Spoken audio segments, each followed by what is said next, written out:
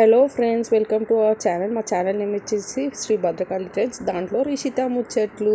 ఎవరైతే మా channel first time చూస్తున్నారో సబ్స్క్రైబ్ చేసుకోండి. దాని పక్కన ఉన్న గంటని మోగించండి, గుడిలో గంటను మోగించినట్టు మోగించండి.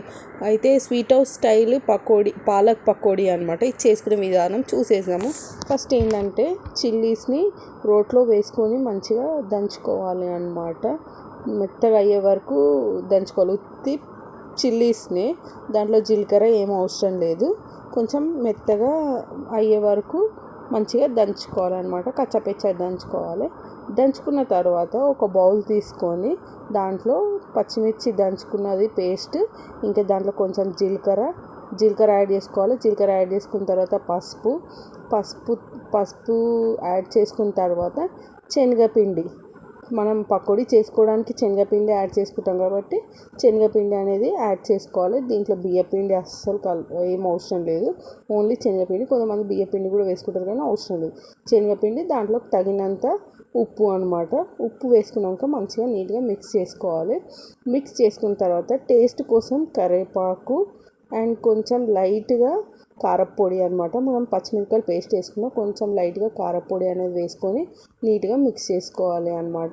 ఇది మిక్స్ చేసుకున్న తర్వాత ఏదైతే కట్ చేసుకున్న పాలకూర ఉంటుంది కదా, అది యాడ్ చేయాలి. కొంతమంది ఆకులు ఏవైతే పాలది లీవ్స్ ఉంటాయి కదా, ఆ లీవ్సే వేసి మంచిగా కలుపుకుంటారు అనమాట. సో నేనేంటంటే పాలకూర కట్ చేసి వేసాను అనమాట. వేసి మంచిగా మిక్స్ చేశాను అనమాట. కారం, జీలకర్ర, పచ్చిమిర్చి పేస్టు, పసుపు, ఉప్పు, కరివేపాకు అన్నీ కలిసేటట్టు, అది ఎల్లో కలర్ వచ్చేటట్టు మంచిగా కలుపుకోవాలి.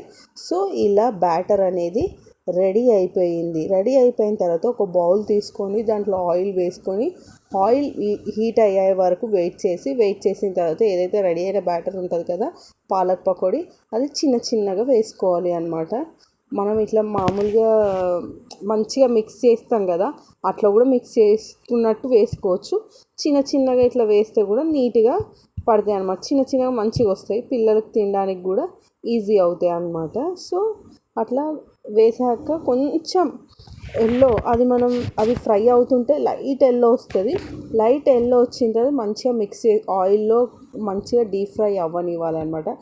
మంచిగా బ్రౌన్ కలర్ వచ్చే వరకు ఫ్రై అవ్వనివ్వాలి, మంచిగా డీప్ ఫ్రై చేసుకోవాలి. అప్పుడప్పుడు పిల్లలకి ఈవినింగ్ టైం స్నాక్స్ లాగా అండ్ పప్పు సాంబార్ అట్లా చేసుకున్నప్పుడు కూడా మనం అంచుకు పెట్టుకొని తినడానికి కూడా బాగుంటుంది అనమాట. లైట్ బ్రౌన్ వచ్చే వరకు ఫ్రై అవ్వనివ్వాలి. సో ఇలా పాలక్ పకోడీ అనేది రెడీ అయిపోయింది. మీరు కూడా ఇలానే చేస్తారో కామెంట్ చేయండి, లైక్ చేయండి, షేర్ చేయండి. Thank you so much.